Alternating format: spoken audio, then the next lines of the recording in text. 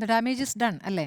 വൈകി വന്ന വിവേകമാണ്. ആവശ്യമില്ലാത്തൊരു ചീത്തപ്പേരുണ്ടാക്കി. ആ ചീത്തപ്പേരുണ്ടാകുന്നത് പാർട്ടിയുടെ അധ്യക്ഷൻ KPCC അധ്യക്ഷൻ തന്നെയാണെന്നിടത്താണ് അതിൻ്റെ ഒരു പ്രശ്നം നിൽക്കുന്നത്. ആ KPCC അധ്യക്ഷനെ അപ്പോൾ പാർട്ടി തിരുത്തിയതാണ് എന്ന് വേണം കരുതാൻ.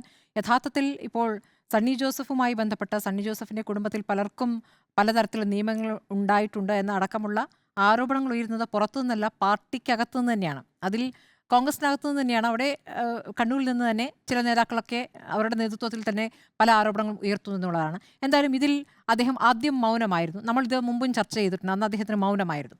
പിന്നീട് സഭയിൽ മുഖ്യമന്ത്രിയുടെ അഭാവത്തിൽ മറുപടി പറയേണ്ടി വന്ന മന്ത്രിയായിരുന്നു അദ്ദേഹം. അന്ന് അദ്ദേഹം ഈ ആരോപണം VS ജോയ് ഉന്നയിക്കുന്ന സമയത്ത് അന്ന് അദ്ദേഹം മൗനം പാലിച്ചു.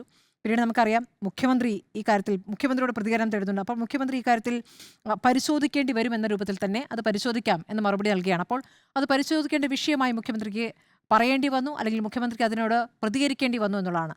അധികാരത്തിൽ വന്ന് 1 മാസത്തിനകം വന്നിരിക്കുന്ന വലിയ രീതിയിലുള്ള ഒരു ആരോപണമായി അതിൽ നിൽക്കുമ്പോൾ അതിൽ കൃത്യമായി മറുപടി പറയേണ്ടിയിരുന്ന KPCC അധ്യക്ഷൻ മറുപടി പറഞ്ഞില്ല. ഇന്നലെ അത് പറയുമ്പോഴാകട്ടെ ഈ പറയുന്ന ബെന്നി തോമസിന്റെ യോഗ്യതകളെക്കുറിച്ചാണ് പറയുന്നത്. അതേക്കുറിച്ച് നമുക്ക് ആർക്കും തർക്കമില്ലായിരുന്നല്ലോ. നമ്മളിത് മുൻപും ചർച്ച ചെയ്തിട്ടുള്ളതാണ്. അദ്ദേഹത്തിന്റെ യോഗ്യത, അദ്ദേഹം പുളിക്കൽ ഗ്രാമപഞ്ചായത്ത് പ്രസിഡന്റായിരുന്നു. യൂത്ത് കോൺഗ്രസ് തലത്തിൽ സംഘടനാ ചുമതല അദ്ദേഹത്തിനുണ്ടായിരുന്നു. അദ്ദേഹം കോൺഗ്രസിന്റെ മണ്ഡലം പ്രസിഡന്റായിരുന്നു. നിലവിൽ അദ്ദേഹം DCC ജനറൽ സെക്രട്ടറിയാണ്. ഈ നിലയ്ക്കൊക്കെ അദ്ദേഹം നല്ല രീതിയിൽ പ്രവർത്തനം കാഴ്ചവെച്ച നേതാവാണ് എന്ന് അവിടെ നാട്ടുകാർ തന്നെ സാക്ഷ്യപ്പെടുത്തുന്നുണ്ട്.